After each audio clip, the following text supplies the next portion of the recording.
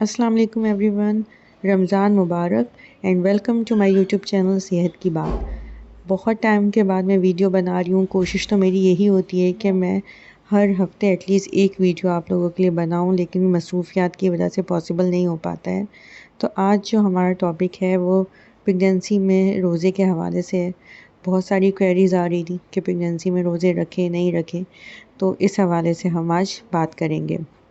और मैं एक और मसले पे वीडियो की तरफ जाने से पहले बात करना चाहूँगी कि बहुत से लोग जो है मुझे यहाँ से मेरा नंबर देख के कांटेक्ट करते हैं, कॉल्स करते हैं, और वो मेरे लिए बहुत मुश्किल हो जाता है हैंडल करना। ये बात मैं आपको समझा दूँ कि कंसल्टेशन का मकसद ये नहीं है कि आप किसी भी टाइम पे डॉक्टर को कॉल करेंगे और डॉक्टर आपका मसला कॉल पे सुन के हल बता दे। No, it's not like that. आप जब मैसेज व्हाट्सएप पे उस नंबर पे मैसेज करेंगे तो आपको अपॉइंटमेंट लेने का एक तरीका कार सेंड किया जाएगा। वो तरीका कार फॉलो करके अपनी अपॉइंटमेंट आप ऑनलाइन बुक कर सकते हैं। अपॉइंटमेंट का जो टाइम दिया जाएगा मैं उसी टाइम पर आपसे बात करूँगी, ठीक है। अगर आप ऑनलाइन अपॉइंटमेंट नहीं चाहते हैं तो आप फिज़िकली मेरे ओपीडीज़ में आ सकते हैं। ये आपको स्क्रीन के ऊपर मेरी ओपीडी की डिटेल्स शेयर हो रही होंगी, या आप इस नंबर पे मैसेज करके डिटेल पूछेंगे तो वो भी आपके साथ शेयर हो जाएंगी। तो चलें अब हम चलते हैं अपने टॉपिक की तरफ। रमज़ान एक बाबरकत महीना है और हर मुसलमान का दिल करता है कि ये जो रोज़े हैं हम इसे रखें और पूरे तरीके से जो है ना हम रमज़ान के फ़ज़ाइल को जितना हम यूज़ कर सकते हैं, उससे फ़ायदा उठा सकते हैं, हम उठाएं। तो इसी तरह हामला ख़वातीन की भी ख्वाहिश होती है कि हम रोज़े रखें, लेकिन उन्हें ये बात समझ नहीं आ रही होती कि रखने चाहिए या नहीं। वीडियो की तरफ जाने से पहले ये बात मैं क्लियर कर दूं कि हर इंसान की प्रेगनेंसी दूसरे से अलग है। प्रेगनेंसी किसी दूसरी औरत से कंपटीशन नहीं है, तो दूसरे को लेट डाउन करना छोड़ दें। अगर कोई रोज़े नहीं रख सकता अपनी कंडीशन की वजह से, तो आप उसे जज नहीं करें। ये छूट जो है अल्लाह ताला ने हमें दी है, ठीक है। तो इसलिए अगर आपकी कंडीशन ऐसी है, आपकी डॉक्टर ने मना किया है, आपको कॉम्प्लिकेशन है, आपकी हाई रिस्क प्रेगनेंसी है, तो ये कहीं से भी इस चीज़ का सबूत नहीं है कि आप रोज़े नहीं रख रहे हैं तो आप दूसरे से कम हो गए, ठीक है। आपको ज़ाहिर है आप एक माँ हैं, तो आपको अपने बच्चे की कंडीशन के हवाले से देखकर ही आपने फ़ैसला करना है। वो ख़वातीन जिनमें खून की कमी रहती है, जिनके बच्चे का पानी कम है, जिनका लो लाइंग प्लासेंटा है, शुगर का मसला है, ब्लड प्रेशर का मसला है, ये सब चीज़ें जो है हाई रिस्क प्रेगनेंसी में आती हैं। या पहले उनके मिसकैरेजेस हो चुके हैं, या बच्चे की ग्रोथ कम है, बच्चे का वज़न कम है, इन ख़वातीन को रोज़े रखने से पहले जो है अपने डॉक्टर से मशवरा करना चाहिए कि वो रोज़े के लिए फ़िट हैं या नहीं हैं। तो अब हम लोग ट्राइमेस्टर टू ट्राइमेस्टर चलते हैं। देखिए, अगर हम बात करते हैं फर्स्ट ट्राइमेस्टर, हमल के जो पहले 3 महीने होते हैं, उस दौरान जो है रोज़ा आप रख सकते हैं या नहीं रख सकते, वो आपकी कंडीशन पे डिपेंड करता है। आप बच्चे का वेट भरने के लिए आपको ज़्यादा खुराक की ज़रूरत नहीं होती है पहले 3 महीने, ठीक है, बिकॉज़ उल्टियाँ आ रही होती हैं, सबकी कंडीशन मुख्तलिफ होती है। लेकिन अगर आपको उल्टियों का मसला नहीं है, आपकी कंडीशन सेटल चल रही है, तो फर्स्ट ट्राइमेस्टर में फिर भी रोज़े रखना आपके लिए सही होता है, क्योंकि अभी बच्चे के वज़न बढ़ने का मसला नहीं है। अभी आप जो है जितनी डाइट, जितना पानी आप लेंगी उतना वो आपके लिए काफ़ी है।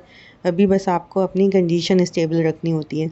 तो अगर आप तरीके से चलेंगी तो आप रमज़ान के रोज़े रख सकती हैं, लेकिन ये सब फ़ैसला आप अपनी डॉक्टर से पूछने के बाद करेंगी।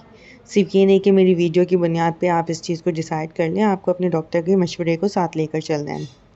अब हम लोग बात करते हैं सेकंड ट्राइमेस्टर। सेकंड ट्राइमेस्टर होता है हमल के पहले 3 महीने के बाद जो आते हैं, चौथे महीने से लेके छठे महीने तक, ठीक है। ये हमारा सेकंड ट्राइमेस्टर है।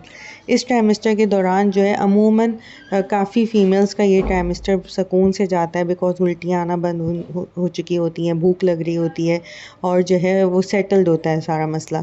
तो अगर आप फ़ील करती हैं कि आप सही हैं और आप रमज़ान के रोज़े रख सकती हैं, तो आप अपनी डॉक्टर से मशवरा दे करके इस बारे में आप फ़ैसला कर सकती हैं। और जो थर्ड ट्राइमेस्टर की औरतें जो 7वें महीने से 9 महीने की हैं, देखिए इस ट्राइमेस्टर में हमें बच्चे के वज़न पे बहुत गौर रखना होता है, ठीक है। बच्चे का वज़न और उसका पानी, तो ये चीज़ में कमी नहीं आनी चाहिए। अब मैं आपको तरीका बताऊँगी कि अगर आप रोज़ा रख रही हैं तो आप क्या चीज़ें फ़ॉलो करें कि आप भी सही रहें और आपका बच्चा भी सही रहे। सबसे जो पहली चीज़ है वो है डाइट।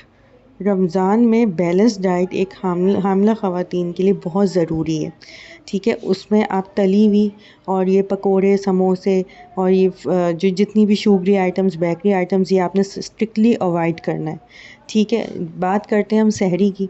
तो सहरी में आप कोई एनर्जेटिक चीज़ ले सकती हैं, जैसे आप योगर्ट, दही का इस्तेमाल सब लोग करते हैं, उसके अंदर कोई फ्रूट ब्लेंड करके आप बना लें। ठीक है, आप वो ले सकती हैं, स्मूदीज़ ले सकती हैं। ठीक है, खजूर का इस्तेमाल आप ज़्यादा करें। आप पराठा खा सकती हैं, देसी घी हल्का सा उस पे लगा के, और आप जो भी सालन है या अंडा है तो वो आप ले सकती हैं। वो चीज़ें अवॉइड करें जिससे आपके सीने में जलन हो। हार्ट बर्निंग का इशू है तो मिर्च मसाले आपने अवॉइड करने, इस चीज़ का ख्याल रखें। आप इसके अलावा कच्ची लस्सी का इस्तेमाल साथ कर सकती हैं ताकि जो बॉडी की हाइड्रेशन है वो पूरी रहे। ओआरएस का इस्तेमाल कर सकती हैं। तो ये सारी वो चीज़ें हैं, वो टिप्स हैं जो आपके रोज़े को बेहतर बनाएंगी और आपके बच्चे की सेहत मुतासिर नहीं होगी। इसी तरह अगर हम बात करें इफ़्तारी की, तो इफ़्तारी में जो है अमूमन देखा यही गया है कि चटपटी चीज़ें, पकोड़े समोसे खा के पेट भर लिया जाता है, जो सेहत के लिए बहुत ख़तरनाक है। तो जब आम रूटीन में ख़तरनाक है तो प्रेगनेंसी में कैसे ठीक हो सकती हैं। तो आप फ्रूट चाट का इस्तेमाल ज़्यादा करें, फ्रूट्स खाएँ। हाइड्रेशन के लिए आपको अच्छा सा ड्रिंक बना के रखें, ऐसा एनर्जेटिक ड्रिंक हो कि पीते ही जो है आपकी एनर्जी बहाल हो जाए, ताकि बच्चे की शुगर ना लो ना हो, बच्चे का पानी कम ना हो। इन चीज़ों का आपने ख्याल रखना है। और ये तली हुई चीज़ें, बेकरी आइटम, शुगरी आइटम्स, इन सब चीज़ों का आपने अवॉइड करना है, ताकि लेटर जो है आपका एक तो वज़न ज़्यादा इंक्रीज़ ना हो। ठीक है, इसके अलावा जो है आप में शुगर, ब्लड प्रेशर का मसला आगे जाके प्रेगनेंसी में डेवलप ना हो। फिर हम लोग बात करते हैं एक्सरसाइज़ और किस तरीके से आपने रोज़े में रहना है। देखें, रोज़े में अगर रखने के बाद जो है आप वॉक बिल्कुल कर सकती हैं, आप हल्की-फुल्की वर्जिश कर सकती हैं अपनी कंडीशन को देखते हुए।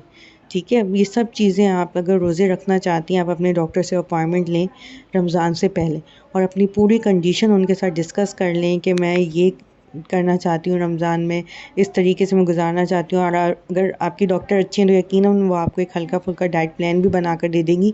अगर नहीं है तो आप किसी न्यूट्रिशनिस्ट से रब्ता कर सकते हैं, डाइटिशियन से रब्ता कर सकते हैं और अपने लिए एक डाइट प्लान बनवा सकते हैं, ताकि आपकी और बच्चे की सेहत मुतासिर ना हो।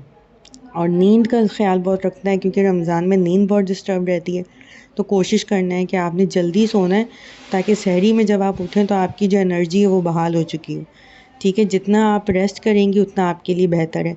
काम करें, सब चीज़ें करें, लेकिन अपने लिए रेस्ट का थोड़ा-थोड़ा टाइम पूरे दिन में निकालती रहें, ताकि जो है आप ज़्यादा थकें भी ना और आपको कोई कमज़ोरी भी ना हो। मैं उम्मीद करती हूँ ये मेरी वीडियो जो है आप सबको पसंद आएगी, तो अपने फ्रेंड्स और फैमिली के साथ ज़रूर शेयर करें। मेरे चैनल को सब्सक्राइब करें, और जो लोग मुझसे कंसल्ट करना चाहते हैं वो अगेन ये आपके पास स्क्रीन पे शो हो रहा होगा, तो वो मुझसे इस तरह कंसल्ट कर सकते हैं। Thank you for watching. Next video तक के लिए अल्लाह हाफ़िज़।